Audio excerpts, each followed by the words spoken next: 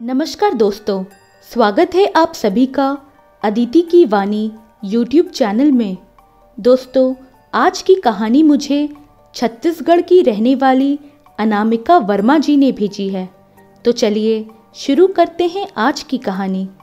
अंधेरे रास्ते पर वो तेज कदमों से चली जा रही थी। आज घर लौटने में उसे ज़रा देर हो गई थी। आगे कुछ दूर तक रास्ता बिल्कुल सुनसान था। उसके दिल की धड़कन इतनी तेज हो गई थी कि उसकी आवाज उसके कानों तक पहुंच रही थी। और फिर वही हुआ जैसा आमतौर पर सुनसान रास्तों पर किसी अकेली लड़की के साथ होता है। उसकी माँ ने दरवाजा खोला। वो हाफते हुए घर में घुसी। क्या हुआ शुभी, तुम इतनी घबराई हुई क्यों हो? शुभी अपनी माँ सुहासिनी से लिपट गई।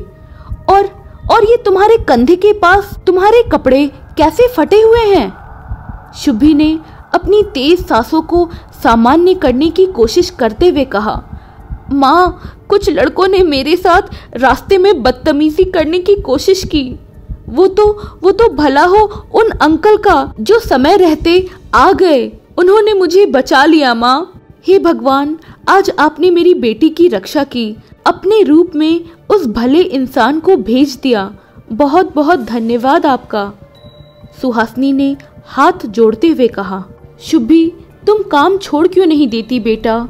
स्कूल के बाद पार्ट टाइम जॉब, इतनी छोटी सी उम्र में और कितना बोझ उठाओगी? आप जानती हैं ना, ये हमारी ज़रूरत है। फिर जिम्मेदारियों का बोझ इंसान को और मजबूत बनाता है माँ। और आपकी बेटी कमज़ोर नहीं है। शुभी सुहासिनी के गले लग गई। सुहासिनी की आंखों में अपनी मजबूरी के आंसू थे। सुबह जब सुब्बी ने अखबार देखा तो चौंक गई। माँ, जल्दी आओ, ये देखो, ये तो वही चारों लड़के हैं जिन्होंने कल रात मेरे साथ बदतमीजी करने की कोशिश की थी। इनकी लाश कल उसी जगह पर मिली है। ये देखो, उनकी फोटो भी है। सुहासिनी ने न्यूज़पेपर देखा। उसमें लिखा था, संदिग्ध परिस्थितियों में 4 लड़कों की मौत। लाशों की परिस्थिति देखकर ऐसा लग रहा है जैसे ये किसी जानवर का काम है। लेकिन अजीब बात यह है कि उन चारों के लाशों में से उनके दिल गायब हैं। उनकी ये हालत किसने की होगी माँ? पर सुहासिनी तो जैसे कुछ सुन ही नहीं रही थी। उसकी सांसें अटक गई थी। ये कैसे हो सकता है? वो वापस कैसे आ सकता है? उसे तो मैंने मार दिया था। लेकिन इन लड़कों को मारने का तरीका तो बिल्कुल वही है, उसी का तरीका। इधर शुभी खुश हो रही थी। ठीक हुआ, बिल्कुल ऐसी ही मौत मिलनी चाहिए ऐसे दरिंदों को। सुहासिनी की आंखों के आगे अंधेरा छा चुका था। वो कभी शुभी के कंधे देख रही थी और अचानक उसे कुछ याद आया और उसकी आंखें डर से और फैल गई। नहीं, वो नहीं हो सकता। नहीं तो वो शुभी को अपने साथ ले जाता। ये मेरा वहम ही है, ये कोई और होगा। सुहासिनी मन ही मन सोचे जा रही थी। और एक दिन शाम को जब शुभी घर लौटी तो उसके साथ वही था जिसे सुहासिनी कभी देखना नहीं चाहती थी। माँ, ये वही अंकल है जिन्होंने उन लड़कों से मुझे बचाया था। शुभी चहक कर बोली। पर सुहासिनी को कुछ सुनाई नहीं दे रहा था। वो उसे देख रही थी और वो टेढ़ी मुस्कान लिए दरवाजे पर खड़ा था। क्या हुआ माँ, आप ऐसे क्या देख रही हैं? शुभी उसे लेकर अंदर आ चुकी थी। वो अब बोला, शुभी, मैं चलता हूँ बेटा, तुम अपनी माँ को संभालो। उनकी तबीयत ठीक नहीं है। मैं फिर कभी आ जाऊंगा। आप थोड़ी देर बैठिए ना अंकल, माँ अभी ठीक हो जाएगी। नहीं बेटा, आज नहीं, आज मैं जरा जल्दी में हूँ, अंकल ने कहा। शुभी सुहासिनी के लिए पानी लाने किचन में चली गई। वो आदमी जाते हुए रुका। वैसे मैं इतनी जल्दी में भी नहीं हूँ सुहासिनी जी कि आपके इस डरे हुए चेहरे को देखने का आनंद ना ले सकूं। खैर, इस आनंद को लेने मैं आता ही रहूंगा। बहुत शांति मिल रही है आपको ऐसे तड़पते देखकर। वो हर एक शब्द को चबा चबा कर बोल रहा था। यह लुक्का छुपी का खेल आपने बहुत सालों तक खेला, कुछ दिन मैं भी खेल लेता हूँ। अरे हाँ, मैं तुम्हें ये बताना तो भूल ही गया। अच्छा हुआ कल रात मैंने शुभी के कंधे पर वो निशान देख लिया, नहीं तो उन लड़कों के साथ शुभी की लाश भी पड़ी होती वहां पर बिना दिल के। तभी शुभी पानी लेकर आ गई। उस आदमी ने शुभी को अलविदा कहा और सुहासिनी की ओर तिरछी नजरों से देखते हुए वहां से निकल गया। सुहासिनी याद कर रही थी वे दिन जो कितने खूबसूरत थे और बाद में बदकिस्मती के काले दिनों में बदल गए। अमर, सुभी और वो कितना प्यारा सा परिवार था उसका। वे उस जंगल के किनारे बसे कस्बे में रहते थे। जंगल ही तो घूमने गई थी सुहासिनी, जहां उसकी जान अमर ने उस खतरनाक भेड़िए से बचाई थी। क्या निशाना था उसका! उसका चाकू सीधे भेड़िए के दिल को भेद गया था। फिर वो जान बचाने वाली मुलाकात प्यार में बदल गई और दोनों ने शादी कर ली। सुहासिनी अनाथ थी, उसे उसका परिवार मिल गया। वो उसी जंगल के किनारे बसे कस्बे में अमर के साथ रहने लगी और शादी के 2 साल बाद ही शुभी हो गई। वहाँ खूबसूरती थी तो जंगली जानवरों का डर भी था। बीच बीच में उस इलाके में आदमखोर जानवरों द्वारा इंसानों की अर्धखाई लाश मिलती रहती थी। फिर कुछ दिनों बाद हर पूनम की रात किसी न किसी की लाश मिलने लगी जिसके सीने से दिल गायब होता था। शुभी उस समय 1 साल की थी। लोगों के मन में ये बात बैठ गई थी कि यहाँ आसपास कोई आदमखोर मानव भेड़िया रहता है जो हर पूनम की रात लोगों को मारता है। पूनम की एक रात सुहासिनी के घर के बगल में रहने वाली 8 साल की बच्ची शिकार हुई थी उस आदमखोर के। सुबह उसकी लाश मिली थी। सुहासिनी बहुत सुंदर स्वेटर बनाती थी। उसी ने बड़े प्यार से बुनकर दिया था लाल धागे का स्वेटर उस बच्ची को, जिसे उस आदमखोर ने अपने दांतों से झिझोड़ दिया था। सुहासिनी घर आई। अमर अभी तक सो रहा था। सुहासिनी ने उसे उठाया। अमर, अमर उठो! हमारे घर के बगल में रहने वाली एक छोटी बच्ची रीशु उस आदमखोर का शिकार हो गई। ये क्या हो रहा है? ये क्या कह रही हो तुम? अमर आंखें मलते हुए चौंक कर उठा था। सुहासिनी ने तभी कुछ देखा जिसे देखकर वो सन्न रह गई, पर उसने अमर से कुछ नहीं कहा। अगले कुछ दिनों तक सुहासिनी खोई खोई रही। वो कुछ सिरों को जोड़ने का प्रयास कर रही थी जिसमें वो कुछ हद तक सफल हो चुकी थी। और अगली पूनम की रात को सुहासिनी ने देखा खिड़की से बाहर एक इंसान उस दूधिया चांदनी में इंसान से एक 8 फुट के जानवर में बदल गया। उसके बड़े बड़े दांत खिड़की पर बन रही उसकी परछाई से भी स्पष्ट नजर आ रहे थे। उस जानवर की पूंछ नहीं थी। सुहासिनी ने डर कर आंखें मूंद ली। पल भर में ही वो जानवर वहां से गायब हो चुका था। फिर पूनम की रात की अगली रात सुहासिनी ने सोते हुए अमर के सीने में चाकू उतार दी। अमर करहा उठा। ये तुमने क्या किया सुहासिनी?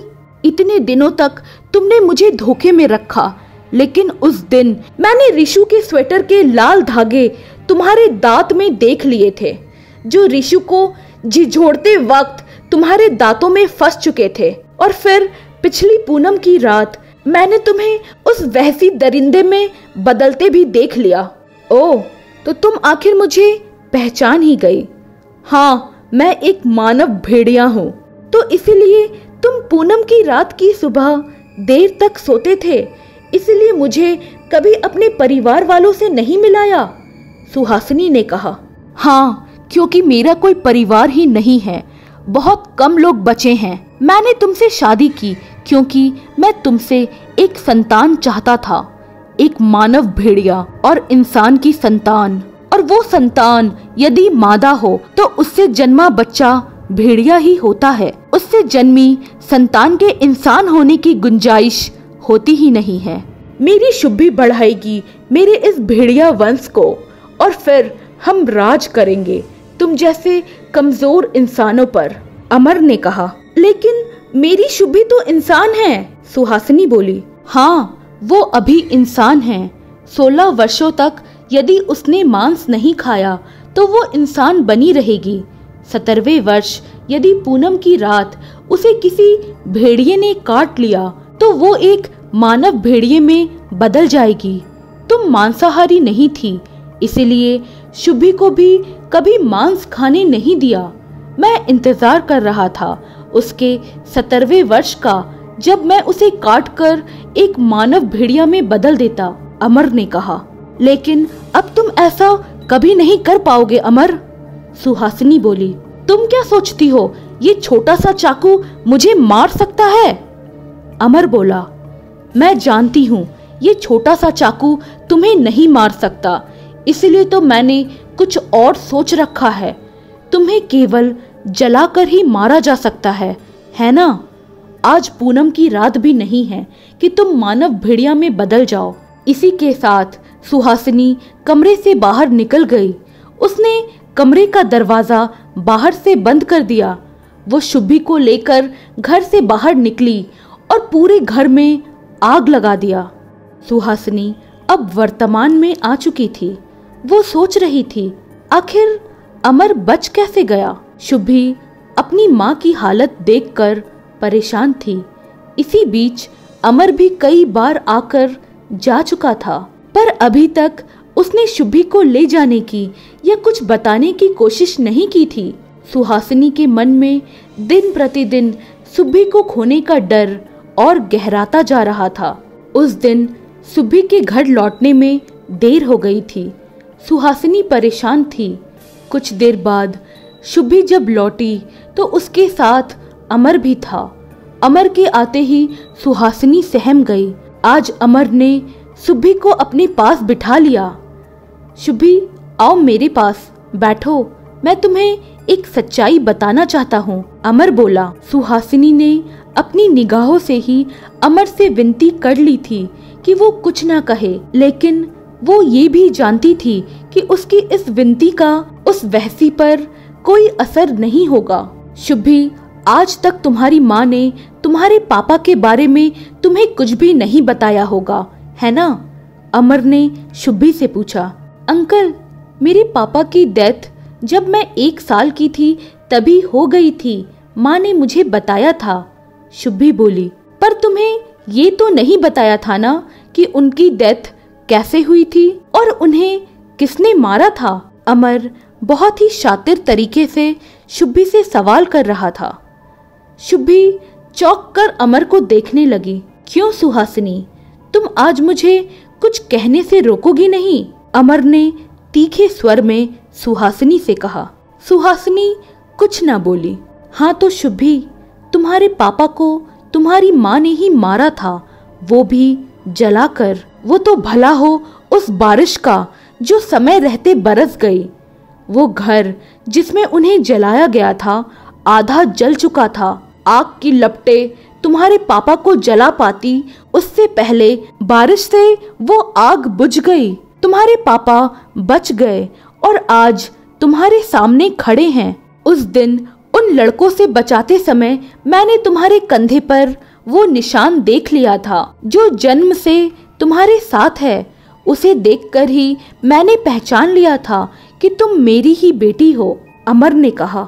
शुभी को ये सब एक सपने की तरह लग रहा था। उसने अपनी माँ की ओर देखकर पूछा, माँ, क्या अंकल सही कह रहे हैं? सुहासिनी ने धीरे से हाँ में सर हिला दिया। शुभी ने गुस्से से सुहासिनी की ओर देखा और अमर से लिपट गई।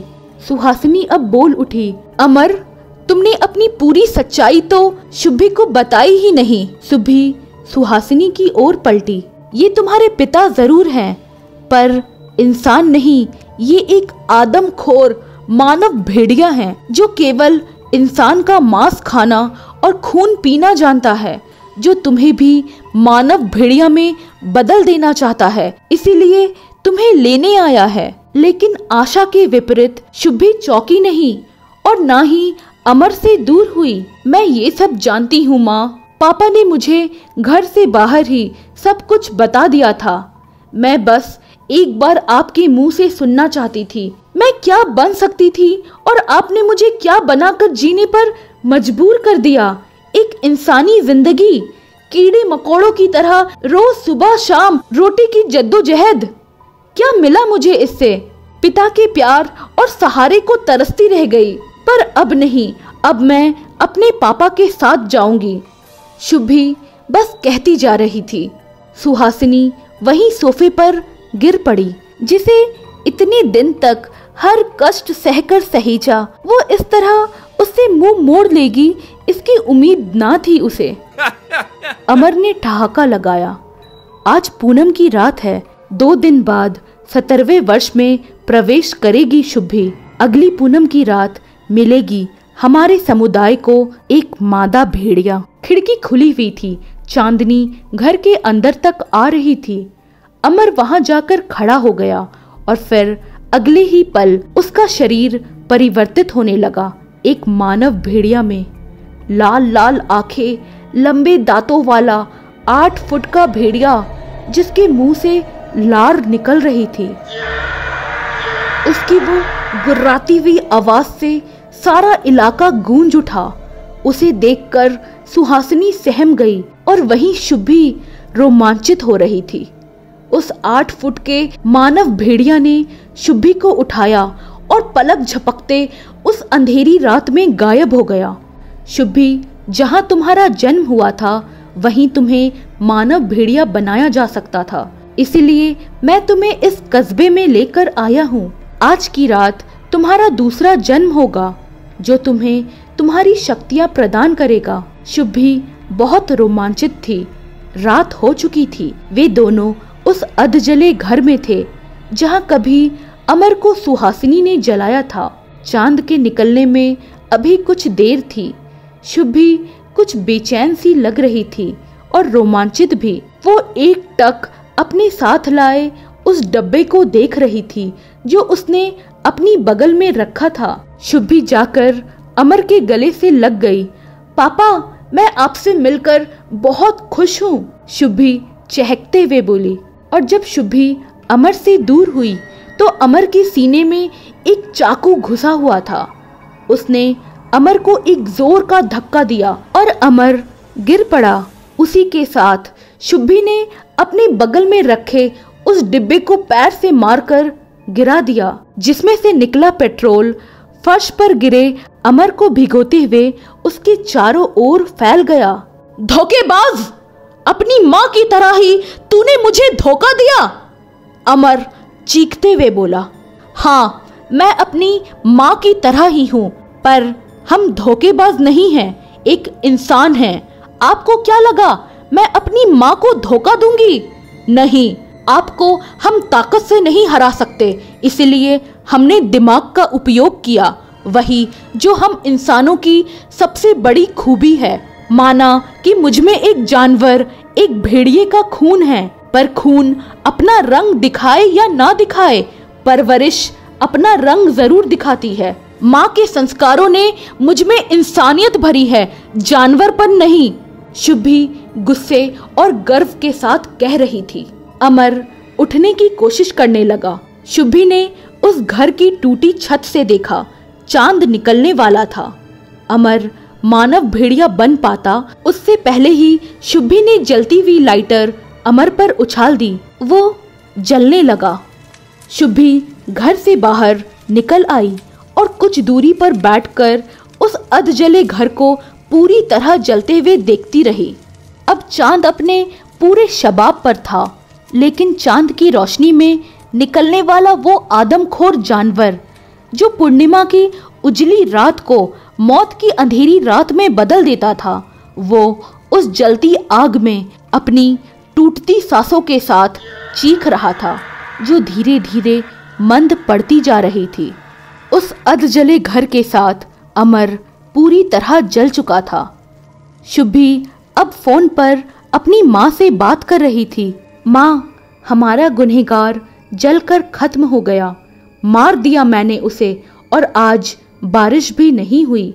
शुभी, मैंने तुम्हें उसके साथ भेज तो दिया था बेटा, लेकिन मैं भी कितनी डर रही थी कि तुम अकेले कैसे मार पाओगी उसे, पर तुमने ये कर दिखाया बेटा। शुभी हंसकर बोली, माँ, मैं आपकी ही बेटी हूँ। जैसे आपने उसे अकेले मारा था, आज मैंने भी उसे अकेले ही खत्म कर दिया। तो दोस्तों, कैसी लगी आपको आज की कहानी, मुझे कमेंट कर कर ज़रूर बताइएगा। और दोस्तों, अगर आपको मेरी कहानियाँ पसंद आ रही हैं तो मेरे चैनल को ज़रूर सब्सक्राइब करें और मेरी कहानियों को लाइक और शेयर करना ना भूलें। Thank you.